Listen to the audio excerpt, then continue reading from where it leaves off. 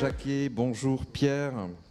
Je vais vous laisser la parole dans quelques instants, juste le temps de vous présenter. Vous êtes professeur de politique économique à l'École des Ponts Paris Tech. Vous êtes président du Global Development Network. Je vais vous la poser de manière un peu provocante, cette question de début de panel, Pierre. Mais quand on parle de lutte contre la précarité et contre la pauvreté, à quoi nous servent les économistes? À quoi servez-vous? Merci Fabien et merci pour cette question qui était en effet celle que j'ai vraiment envie que ce panel traite, puisqu'on est dans des rencontres économiques. Donc c'est l'occasion ou jamais de débattre de ces sujets. Peut-être 4 remarques préalables. D'abord, on vit dans une pandémie qui a évidemment considérablement pénalisé les personnes en situation de précarité et de pauvreté, qui a aggravé la pauvreté, mais qui a aussi créé de la précarité. Donc c'est un espèce de cercle qui peut devenir assez vite vicieux. Et la vaccination permet de gérer cela, mais si je me place maintenant dans une vision globale sur le monde entier, encore faut-il avoir accès au vaccin. Donc là, il y a un vrai sujet aussi qui est important. Mais, et c'est ma deuxième remarque, on aurait pu et on aurait dû d'ailleurs parler, on l'a fait aussi, de ce sujet et de ce thème bien avant la pandémie. La pandémie est un facteur aggravant, elle n'en est pas le facteur premier. C'est un facteur qui démontre plutôt la grande vulnérabilité à laquelle conduit la précarité et comment la précarité elle-même peut être un facteur d'expansion de la pandémie. Donc là aussi, il y a un cercle vicieux entre les deux qui me semble important et qui suggère d'ailleurs que lutter contre la précarité fait partie des mesures de prévention contre les prochaines crises. Et ça, c'est quelque chose qui va dans le sens de ce qu'appelait tout à l'heure Patrick Artus de ses voeux, puisqu'il appelait à une transformation du capitalisme. Puis en même temps, il y a de nouveaux facteurs de précarité qui sont apparus, comme l'évolution des emplois à travers la numérisation, la digitalisation des économies, la barrière que peut constituer aujourd'hui l'accès aux compétences nécessaires pour trouver sa place dans un monde qui est gouverné par ces nouvelles technologies, qui sont de plus en plus complexes. Et finalement, la pandémie agit en révélateur pour faire monter des préoccupations qu'il aurait été tout aussi important de prendre en considération avant elle. Est-ce qu'on saura faire mieux maintenant? Je crois que c'est une vraie question. C'est un peu facile, pendant les crises, on parle vraiment d'améliorer le monde. Et puis une fois que la crise a disparu, on revient aux tendances lourdes qui ne sont pas nécessairement propices au changement et aux transitions. Troisième remarque préalable, la précarité, la pauvreté ne sont pas des problèmes seulement ou principalement économiques. Il y a une dimension économique évidente, perte d'un potentiel considérable parce que des millions de personnes n'ont pas les moyens d'exprimer leurs capacités, source d'inefficacité, etc. Mais l'enjeu, il est humain, il est éthique, il est politique. Et aujourd'hui, cet enjeu, il est vital pour nos démocraties. Pourquoi? Parce que le risque existe que les promesses de la démocratie de marché, qui a été un temps présentée comme la fin de l'histoire, que ces promesses soient perçues comme étant intenables et n'étant d'ailleurs vraiment pas tenues. Et donc, il y a là quelque chose qui rejaillit sur les relations internationales, sur les tensions entre la Chine, l'Inde, les États-Unis, l'Europe, mais aussi au sein de nos propres sociétés sur le modèle de capitalisme dans lequel nous vivons, qui est en crise chez nous et qui a perdu pas mal de son attrait pour le reste du monde.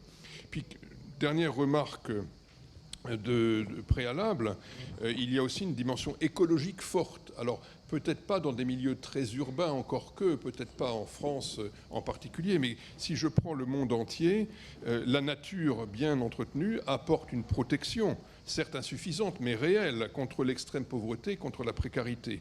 Le changement climatique et la perte de biodiversité accroissent les difficultés de millions de personnes, de populations pauvres en situation de précarité. Donc et par ailleurs, le changement climatique lui-même crée de la précarité. Et je trouve dommage de ce point de vue-là que le débat sur l'écologie soit trop souvent présenté en termes idéologiques, comme si la réalité s'interprétait en noir et blanc. Et la réalité, elle est au milieu, elle est complexe, elle est grise, et il faut traiter de cette complexité. Alors, et je reviens maintenant à votre question, parce que je vois le temps passer, comme il s'agit des rencontres économiques d'Aix, un point de départ utile pour les discussions, c'est ce qu'apporte l'analyse économique. Alors, elle apporte beaucoup de choses. C'est une discipline d'observation analytique, statistique, qui permet de prendre connaissance des phénomènes, donc de diffuser cette connaissance, d'attirer l'attention sur des problèmes. C'est aussi une démarche d'analyse causale qui cherche à comprendre des mécanismes. Et je pense que si on veut veut comprendre la pauvreté, la précarité, c'est bien d'avoir des analyses derrière, et que ces analyses servent à nourrir le débat, pas nécessairement à prétendre détenir la vérité. Et puis l'approche économique, c'est aussi un moyen de tester l'effet d'actions spécifiques entreprises pour réduire la pauvreté, comme le montrent les travaux qui ont été récompensés par le prix de l'Académie de Suède d'Esther Duflo et d'Abhijit Banerjee. Alors ces trois types d'apports, et je termine par les problèmes justement, statistiques, causales, connaissances des impacts sont fondamentaux, mais il y a 3 domaines de progression. D'abord, l'économie met surtout l'accent sur la croissance. Et encore ici, on parle, est-ce que la croissance va repartir après la crise du Covid, et le rôle du progrès technique. Et en fait, cette approche repose sur l'idée de ruissellement. Quand il y a croissance, ça bénéficie à tout le monde. Le fait, c'est que la réalité, c'est que le ruissellement, il est partiel. Il bénéficie surtout à certains et puis pas à d'autres. Et donc, il y a des inégalités qui apparaissent. Et ça, c'est quelque chose qui est évidemment problématique. Deuxièmement, l'économie repose beaucoup sur la considération du PIB. C'est ce que nous a rappelé un des jeunes qui est intervenu tout à l'heure, Jules, qui a attiré l'attention là-dessus. Je crois qu'il a raison. Il y a 2 problèmes. Le premier, c'est que le revenu monétaire est une très mauvaise mesure de la pauvreté et de la précarité. Et puis, le second, c'est que ce revenu monétaire, d'abord, il ne nous dit rien sur la répartition des revenus, et puis il ne nous dit rien sur les autres dimensions. Alors, et je termine par l'économie qui prend des positions normatives auxquelles les travaux de test mentionnés précédemment peuvent d'ailleurs conduire, et puis elle recommande des solutions, elle recommande le que faire, elle dit on devrait, on ne sait pas qui est le on d'ailleurs en général quand on dit ça. Le problème c'est l'action, le problème c'est comment on met en jeu l'action, et donc moi je suis content que dans cette table ronde il y ait des participants qui soient engagés dans l'action, et je crois que l'un des problèmes majeurs, y compris pour traiter du problème de la précarité et de la pauvreté, c'est comment on fait le lien entre la connaissance créée par les économistes et l'action.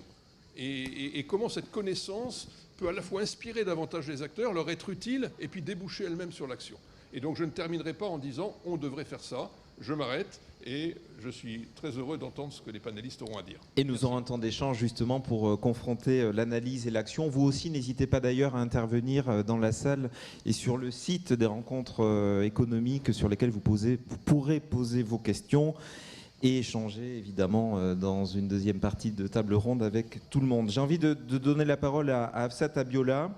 On parlait à l'instant avec Pierre de PIB. Il y a aussi un IDH, c'est l'indicateur de développement humain, voire un ISDH, un indicateur spécifique de développement humain. On comprend à la fois les limites effectivement de l'analyse économique classique et la nécessité de mieux prendre en compte la condition des femmes dans les stratégies de développement. Vous, c'est votre combat. Avez-vous le sentiment que votre cause progresse ?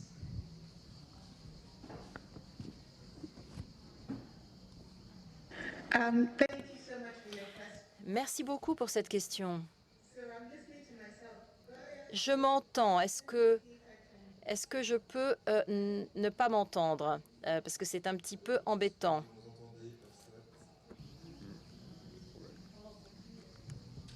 Je crois qu'on a perdu le retour. Okay, I'll just listen to myself echo back. Eh bien, tant pis, j'ai un écho, mais je vais essayer de parler quand même. Je crois qu'il est très important de soutenir les femmes. Mais avant de parler des femmes, j'aimerais dire que je suis tellement honorée de participer à cet événement et je regrette tant de ne pas être avec vous en personne et j'espère vraiment être avec vous l'année prochaine. Je suis la première à parler et quand on parle de pauvreté, eh bien, je crois que la capitale mondiale de la pauvreté va rester l'Afrique. Selon la Banque mondiale, 87% des très pauvres du monde se trouveront d'ici 2030 en Afrique. Donc, pour lutter contre la pauvreté, il faut eh bien, soutenir des organisations telles que la mienne. Les femmes doivent être aidées pour leur réussite dans les affaires, en tant qu'entrepreneurs. Nous savons que le modèle patriarcal ne fonctionne pas et nous savons aussi surtout que donner de l'argent, injecter des fonds ne suffit pas. Et il faut changer les priorités. Et parce que Si on donne de l'argent pour aider des enfants à aller à l'école, quand on arrête de donner ces fonds, eh bien les enfants ont toujours besoin d'aller à l'école. Si on donne de l'argent pour le soin et le système de sang, quand on arrête ces injections de fonds, eh bien les gens n'arrêtent pas d'avoir besoin de fourniture de sang. Donc soutenir les entrepreneurs, les personnes qui créent des entreprises et les femmes parmi elles peuvent trouver des solutions qui vont générer un bénéfice tout en fournissant des services. Et donc nous pouvons par exemple fournir de la nourriture de manière durable. Et c'est une nouvelle forme de solidarité par laquelle nous voulons que le monde investisse de manière nouvelle. Et vous savez, les anciens modes d'investissement en Afrique n'ont pas fonctionné. On a vu les conflits se multiplier. Le mois dernier, j'étais au Mali pour recevoir un prix et le gouvernement a vécu un coup d'État et on peut s'attendre de plus en plus à ce que les États démocratiques en Afrique échouent à répondre à la crise de la pauvreté, du chômage et en plus la pandémie qui ravage notre continent. Nous avons besoin de solutions plus efficaces. J'aimerais donc dire, parce que Pierre a dit qu'il fallait qu'on trouve des solutions et des choses sur lesquelles on peut vraiment agir. J'ai quelques idées. Premièrement, vous savez, cet impôt mondial minimal que le président Biden a mis en avant au G7, c'est un impôt minimum de 15%. Et je crois qu'il faut faire attention que ce ne soit pas seulement les pays du G7 et les pays riches qui reçoivent ces taxes. En Afrique, où il y a beaucoup de ressources qui sont stratégiques, doivent recevoir des ressources parce que nos États ont besoin de fonds pour pouvoir financer le système d'éducation et le système de santé. Tout ça ne va pas advenir juste en formulant des vœux. Vous savez, il y a 50 milliards de pertes chaque année en Afrique et donc cet impôt mondial minimum est important, mais il faut nous assurer que cela bénéficie non seulement aux pays les plus riches, mais aussi à l'Afrique. Et je pense à nos interactions avec la Banque mondiale et au FMI. Parce que vous savez, ils nous accordent des emprunts et on parle de 100 millions de dollars de ressources pour l'Afrique, mais en fait, c'est un argent dont nous avons besoin dans le continent, sur notre continent, parce que notre population veut produire, veut vendre. Et en fait, ces crédits souvent ne restent pas en Afrique parce qu'une grande partie de ces subsides atterrissent finalement au bout du compte en Europe et aux États-Unis. Un troisième point, c'est que nous ne voulons pas de dons. Vous savez, des dons de vaccins. Nous avons 3% seulement de personnes vaccinées en Afrique. Donc, c'est un véritable apartheid de vaccins et c'est ce qui fait que nous ne pouvons plus participer au commerce mondial, nous ne pouvons plus voyager. Et ce que le vaccin qui a été utilisé, le vaccin AstraZeneca produit en Inde et qui ne va pas être en fait maintenant autorisé, ne nous permettra pas d'avoir le pass sanitaire qui nous permettrait de voyager. Donc, on ne peut pas en fait poser des normes qui sont inatteignables pour tout le continent africain. Et vous savez, si ici, on se pose un petit peu la question de la justice et de la contribution faite par l'Afrique à l'économie du monde. Le temps, mais on reviendra effectivement après dans votre discussion. Et je pense au Maroc, au Nigeria, à l'Égypte, qui sont des pays qui sont en capacité de produire des vaccins qui pourraient être disponibles en Afrique. Nous voulons une situation dans laquelle nous n'avons pas seulement d'assistance et d'aide, mais de commerce. Nous voulons développer nos propres capacités pour pouvoir agir pour nous-mêmes. Ce n'est pas seulement ce que vous pouvez faire pour nous, parce que 1,2 milliard de personnes ne peuvent pas être dépendantes de la philanthropie. Mais on reviendra évidemment dans la discussion sur ces enjeux majeurs. Marie-Alette Grard, ATD Quart Monde et Conseil scientifique contre le Covid. Quel relief particulier? On a envie de faire le lien dans un premier temps. Quelle nouvelle donne, selon vous, la crise sanitaire et économique introduite dans le combat contre la pauvreté, en particulier du point de vue économique et social, du point de vue de l'emploi, un thème qui vous est cher? Alors oui, on peut lier ATD Quart Monde et Covid. Disons que cette crise Covid a surtout mis en exergue combien les plus pauvres vivent des situations absolument impossibles dans notre pays et combien ils étaient déjà trop nombreux avant le début de cette crise. Hélas, encore plus nombreux aujourd'hui. Il y a une chose sur laquelle je reviendrai sans doute tout à l'heure avant de passer au domaine de l'emploi, puisque vous m'invitez à parler du domaine de l'emploi. ATD Quart Monde expérimente depuis une 60aine d'années dans les différents domaines des droits comment éradiquer la grande pauvreté. Voilà la spécificité de notre mouvement Agir tous pour la dignité Quart Monde. La réponse d'ATD Quart Monde est claire, le marché ne peut à lui seul créer suffisamment d'emplois décents. Et le chômage de longue durée est beaucoup trop destructeur de la personne humaine et de notre démocratie pour que l'on continue à l'accepter comme on le fait depuis des décennies.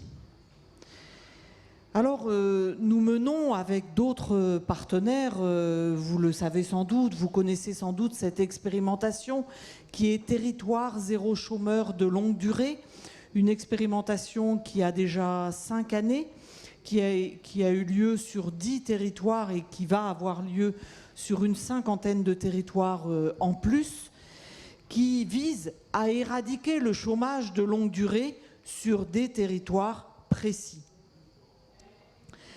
Et le premier constat de ces... Je ne vais pas vous décrire cette expérimentation dans les détails, mais je veux vous faire part de 5 constats, parce que ça rejoint ce problème économique sur lequel nous sommes là ce soir.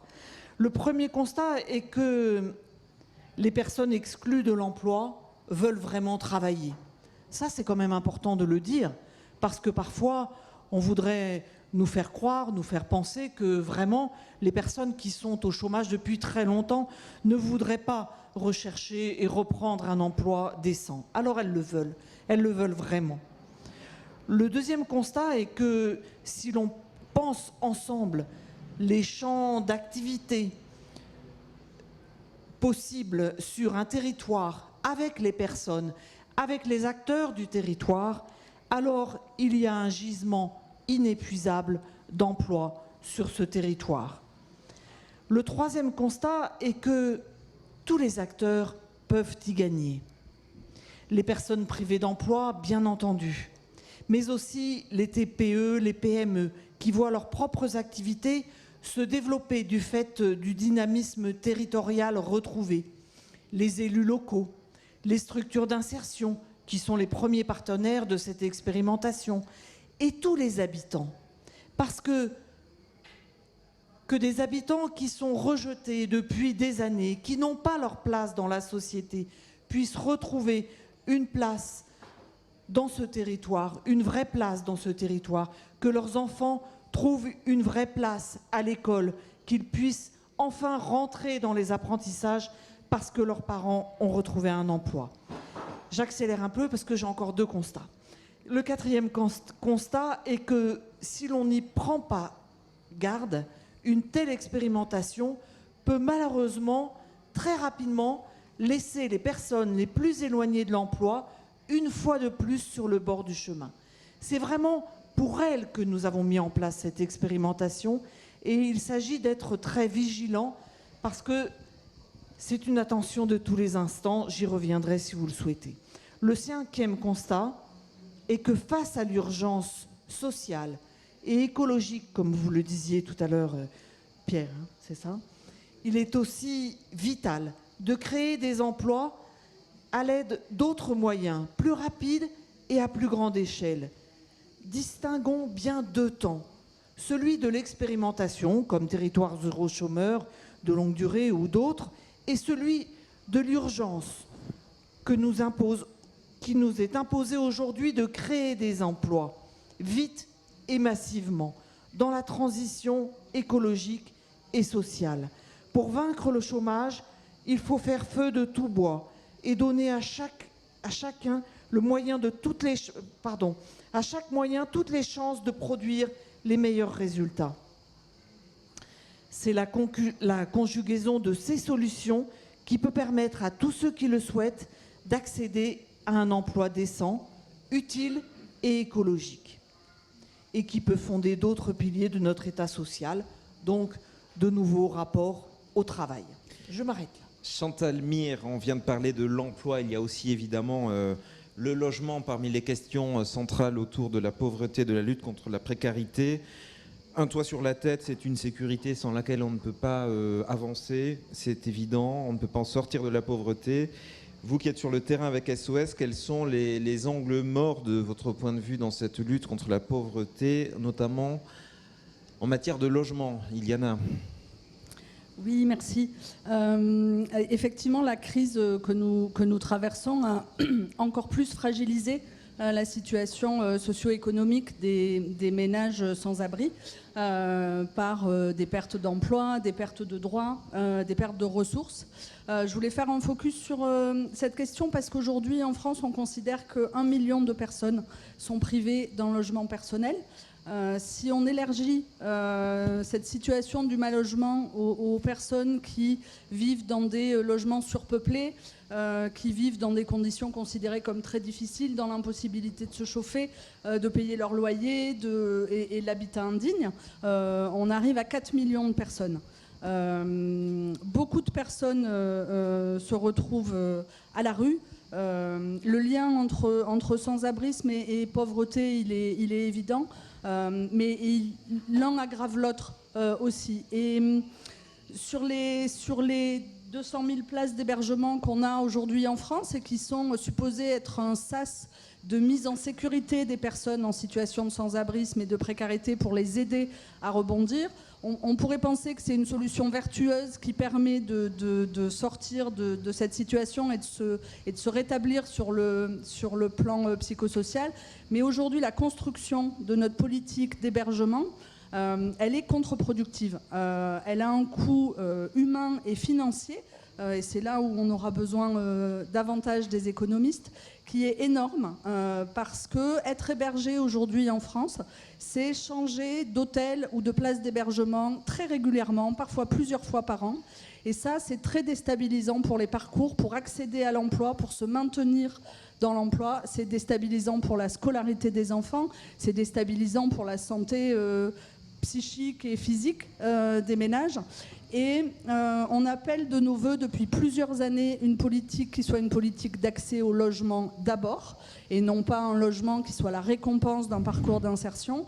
Et tous les pays, en particulier en Europe du Nord, qui ont mis en place ces politiques d'accès au logement d'abord, c'est-à-dire de dire que toute personne en situation de sans-abri a le droit d'avoir son logement personnel et durable sans passer par une case d'hébergement.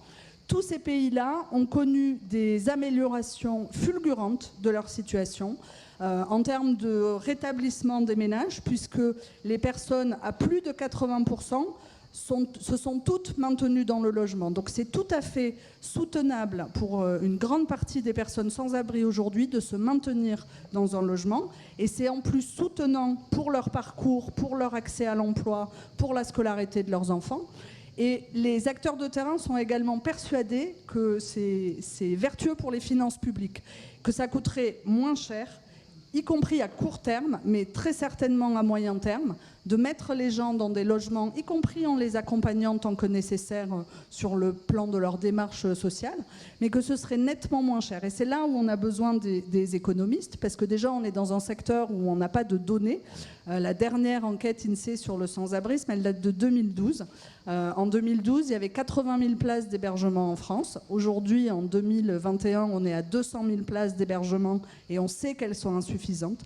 Donc très clairement, on n'a pas de données, on n'a pas une bonne connaissance du public que l'on accompagne. Sans cette connaissance, comment construire une politique publique durable et pertinente? Et sur l'enjeu du coût de cette politique d'hébergement et d'accès au logement, y compris des coûts évités, parce que les personnes hébergées, de par leur fragilité, ont davantage recours aux services d'urgence, aux services hospitaliers et à l'aide sociale. Je pense que pour qu'une volonté politique forte se mette enfin en place en France sur la question du sans-abrisme, les économistes pourraient venir soutenir des démarches à la fois expérimentales et sans doute nationales sur ces questions. Merci beaucoup. On va se tourner vers Jean Drèze. Ça tombe bien, vous êtes économiste en ligne avec nous depuis l'Inde. J'espère que vous nous entendez bien. Merci d'avance de bien faire attention à votre temps de parole puisque vous êtes à distance. Yes.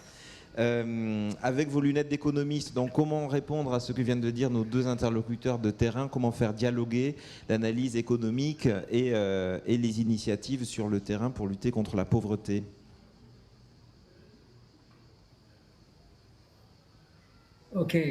First of all, let me thank. Premièrement, je vais vous remercier pour votre invitation. J'aurais tellement aimé être avec vous en personne, mais ce n'est malheureusement pas possible en ce moment, car vous le savez, l'Inde subit une crise humanitaire et médicale. Nous avons subi plus de 400 000 morts, décès dus au Covid, et la mortalité excessive est déjà au-delà des millions. C'est le plus grand désastre humanitaire en Inde depuis 100 ans, avec l'exception possible de la famine à Bangor en 1943. Je ne vais pas répondre à toutes les questions que Jacques a posées depuis le début. Je vais en prendre quelques-unes dans cette discussion. On m'a invité de parler des initiatives pour lutter contre la pauvreté en Inde. Je vais parler de deux initiatives de la sécurité sociale qui ont joué un rôle important dans cette crise depuis 2 ans et qui sont également importants en temps normal. Premièrement, l'acte de garantie et deuxièmement, the National Full Security Act. Dans l'acte de garantie d'emploi qui a été passé en 2005, tous les adultes dans l'Inde rurale ont le droit à un emploi en 15 jours avec 100 jours maximum par famille par an. Ce n'est pas seulement un programme pour lutter contre la pauvreté, c'est aussi pour aider les classes ouvrières à se développer et à leur donner des possibilités en cas de manque d'emploi. La moitié de ces ouvriers sont des ouvrières et qui ont très peu d'accès à l'emploi dans l'Inde rurale. Et dans cet acte contribue à l'égalité des sexes. Et c'est également une opportunité pour mettre en place des activités correctrices, la conservation de l'eau, la protection des forêts, la construction des arbres, la construction des puits. L'acte de la sécurité alimentaire a été adopté en 2013 et comprend 3 droits. Premièrement, les repas pour les enfants dans les écoles. Deuxièmement, l'aide à la maternité pour toutes les femmes enceintes, même si ça n'était pas complètement mis en œuvre. Et troisièmement, la nourriture subventionnée dans le système. En pratique, évidemment, ces deux programmes ne travaillent pas comme ils devraient le faire sous la loi. Premièrement, les travailleurs doivent lutter pour leurs droits dans l'acte de l'emploi garanti, soit les 15 jours, soit le paiement de leur salaire. Également, pour être honnête, il y a beaucoup de corruption dans les travaux publics. Les deux lois ont néanmoins eu un certain niveau de réussite. L'acte de la garantie d'emploi et l'acte de la sécurité alimentaire ont joué un rôle critique l'année dernière et cette année pour prévenir le pire pendant la crise Covid. Dans les années normales, environ 50 millions de familles reçoivent quelques jours d'emploi grâce à cette loi et 800 millions de personnes reçoivent des repas. L'année dernière, on a vu une augmentation de 50% dans les emplois et on a doublé les rations alimentaires pendant 8 mois. Sans ces interventions et sans d'autres mesures d'aide, les conséquences de la crise de Covid-19 auraient été encore pires. Je voudrais maintenant rapidement parler des raisons pour lesquelles ces programmes ont l'air de fonctionner par rapport à d'autres initiatives contre la pauvreté qui ont été inefficaces. Il y a 3 raisons. Premièrement, ils ont mis la politique dans un cadre juridique. Ils ont donné un droit juridique qui permette aux gens de se battre. C'est très important en Inde où l'empowerment des pauvres est plus extrême qu'ailleurs.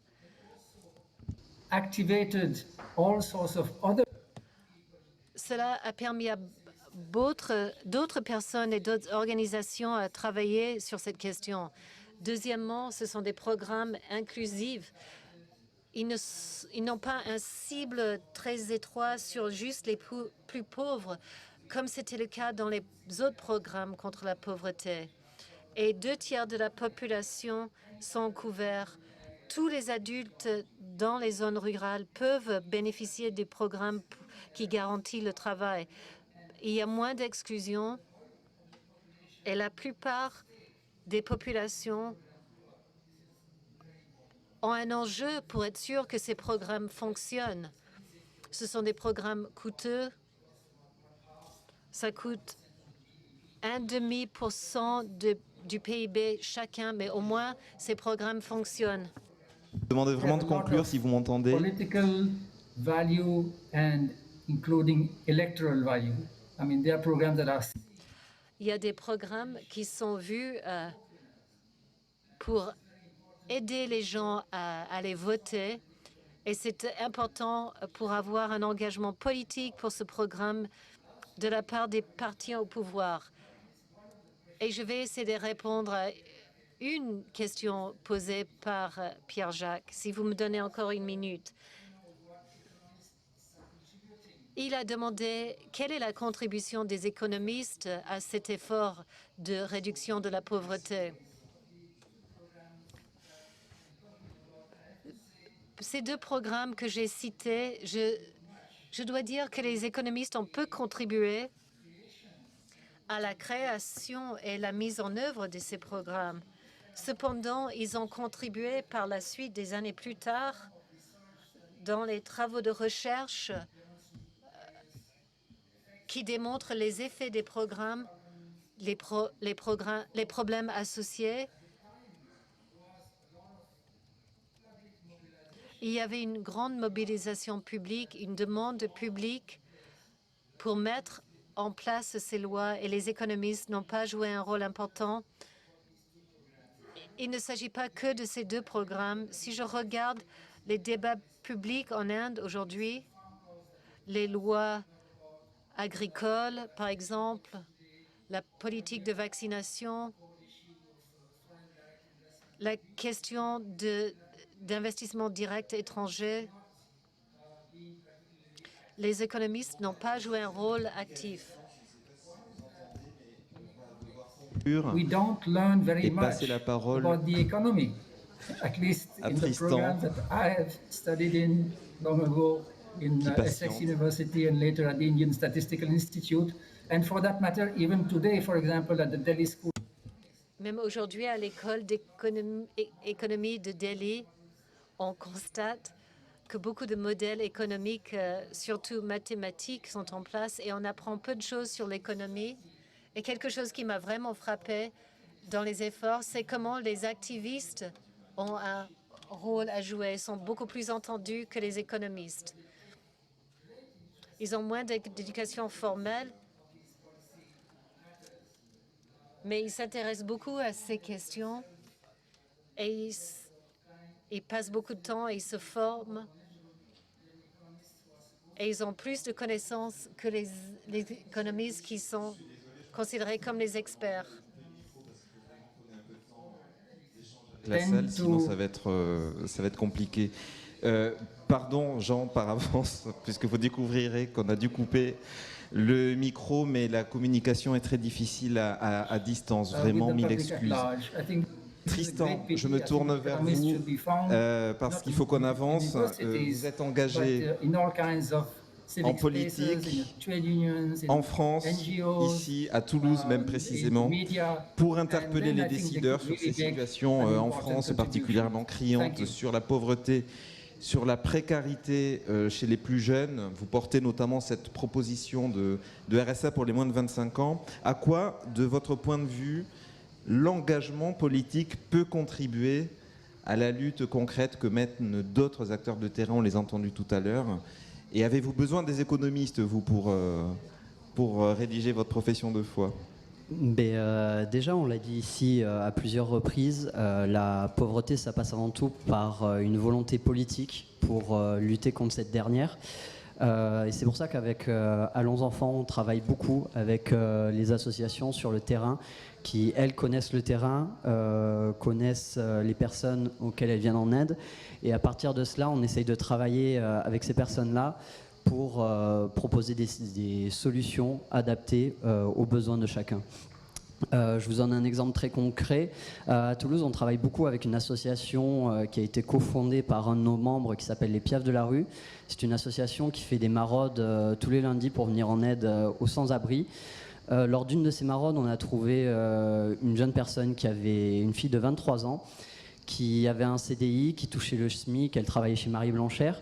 Et cette fille-là, elle n'arrivait pas à s'en sortir. Elle vit dans un hôtel et elle n'arrive pas à trouver de logement. C'est d'ailleurs la problématique du logement dont on a parlé tout à l'heure. Pourquoi elle ne trouve pas de logement ?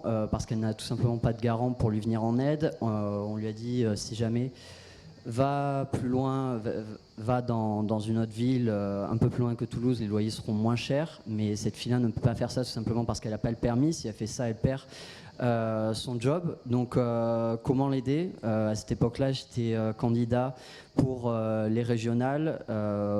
Ça a fait l'objet de plusieurs débats. On a vu que la région aidait notamment les jeunes en alternant pour passer le permis. Est-ce que cette fille-là, on ne pourrait pas, par exemple, proposer pour les jeunes qui ont un CDI une aide de la région pour passer le permis ? Donc voilà, c'est des solutions très concrètes qu'on essaye de trouver pour améliorer le quotidien de chacun et montrer aussi que la politique, mine de rien, ça sert à quelque chose.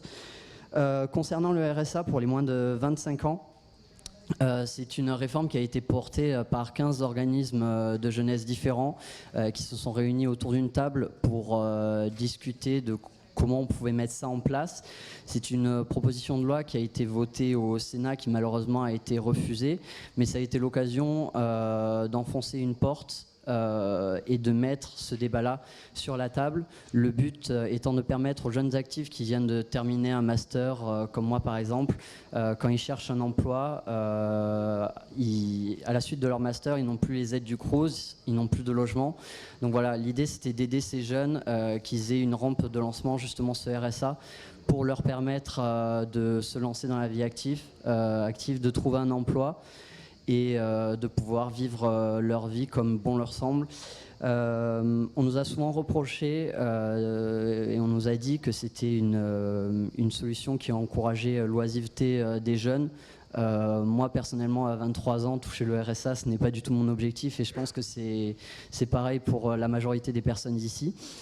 Donc voilà, c'est juste une aide qui avait pour objectif de venir en aide aux jeunes, qui a été refusée, mais à long terme, peut-être qu'elle passera notamment avec l'aide des économistes.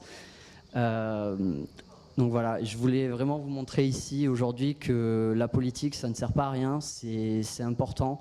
Il faut aller voter et les politiques doivent travailler davantage avec les associations, avec les personnes qui connaissent le local, les problématiques locales et je trouve que c'est très important. Voilà. C'est réussi et ça rejoint ce que disait Marie-Alette tout à l'heure sur effectivement le fait qu'on ne reste pas inactif par plaisir et que les filets sociaux sont là évidemment pour aider dans les situations les plus difficiles. Pierre, peut-être, maintenant qu'on a fait un tour de tous ces interlocuteurs de terre, on arrive à la fin de la table ronde. Alors on va faire peut-être un dernier tour rapide parce que déjà le temps est écoulé. Chantal, sur l'aspect logement, Marie-Alette, sur l'aspect emploi, est-ce que vous dites que c'est chacun dans son couloir pour lutter contre la pauvreté et la précarité, ou est-ce qu'il y a, pour vous aider, des contacts, des guichets, des organisations pour faire parler tous les chantiers qui sont énormes évidemment contre la précarité ? Est-ce qu'il y a de l'interministériel? Est-ce qu'il y a de l'interdisciplinarité qui se développe entre vos différents domaines? Est-ce que vous lancez un appel au Cercle des économistes pour que ça soit le cas, aux rencontres d'Aix? En fait, bien évidemment, tout ça doit être coordonné. Quand on parle de parcours de rétablissement, tout doit être traité en même temps. Le retour à l'emploi, le retour au logement, le retour à la santé. Et il y a aujourd'hui un système en France qui est quand même très cloisonné, avec des politiques publiques vraiment en silo. Alors, vous-même, vous êtes éparpillé entre les différentes questions. C'est le paysage français qui est comme ça. Oui, le paysage français est comme ça. Et de plus en plus, il y a des initiatives pour justement faire des passerelles et de la transversalité entre les silos. Mais c'est pas forcément au niveau national que ça se jouera, c'est au niveau des territoires. Si autour d'une même table, dans un territoire, on arrive à mettre tous les acteurs ensemble, ceux de l'hébergement, ceux de l'emploi, et tous les politiques et tous les services déconcentrés et décentralisés, voilà, les élus, tout le monde, les entreprises privées. C'est à cet échelon-là que des solutions concrètes vont être trouvées et pas juste des politiques publiques. Marie-Alette, vous l'avez prouvé, vous, que c'est au niveau des territoires que ça se joue? Oui, c'est au niveau des territoires, mais moi, vous me demandez si je lance un appel. Alors oui, je lance un appel au Cercle des économistes, parce que cette société que nous voulons, que nous appelons de nos voeux, c'est une société qui n'oublie personne et que nous avons vraiment besoin de la réfléchir ensemble. C'est vraiment ensemble que nous pourrons bâtir cette société où, pour l'instant, nous avons 10 millions de personnes qui vivent sous le seuil de pauvreté dans notre pays. C'est totalement inacceptable. C'est inacceptable pour un pays comme le nôtre. Nous avons la possibilité d'éradiquer la grande pauvreté. J'en suis absolument persuadée. Et c'est ensemble que nous y arriverons. Il faut absolument que nous travaillions ensemble.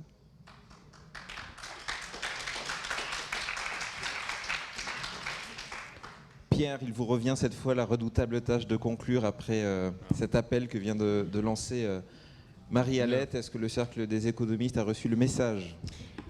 Merci. Je trouve que ce qui était très utile et intéressant dans cette discussion, c'est qu'on a parlé de personnes plutôt que simplement de chiffres, de statistiques, etc.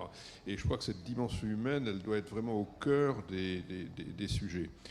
Deuxième remarque qui m'est venue en écoutant et surtout en écoutant notre intervenante Afsat, c'est que finalement, elle nous a appelé à regarder la pauvreté en Afrique. Mais moi, je voudrais simplement dire qu'il y a quelques années, quand on parlait de pauvreté, on avait immédiatement en tête les débats sur l'aide au développement et les problèmes des pays en développement. Et aujourd'hui, on réalise que la pauvreté, elle est partout. Elle est certes, bien entendu, beaucoup dans les pays pauvres, en Afrique, etc. Mais on voit dans cette discussion aussi que la pauvreté et la précarité sont dans les pays émergents, bien entendu, et puis dans les pays développés. Donc c'est un sujet qui n'est plus un sujet nord-sud, c'est un sujet qui concerne tout le monde.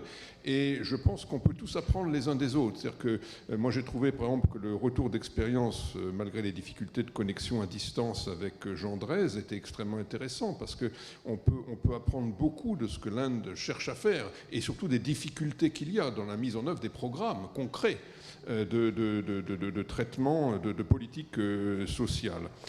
Et puis il y a eu une remarque que Marie n'avait pas faite, qui était que le marché ne peut pas à lui seul créer suffisamment d'emplois décents. Il faut donc des mesures spécifiques. Et ces mesures spécifiques, il faut les construire. Lesquelles? Et pour moi, ça, c'est aussi un travail auquel les économistes doivent participer. Mais ils ne doivent pas participer en définissant eux-mêmes leur programme de recherche. Je crois que ce qui manque peut-être aujourd'hui, c'est une culture de travail avec les acteurs de terrain.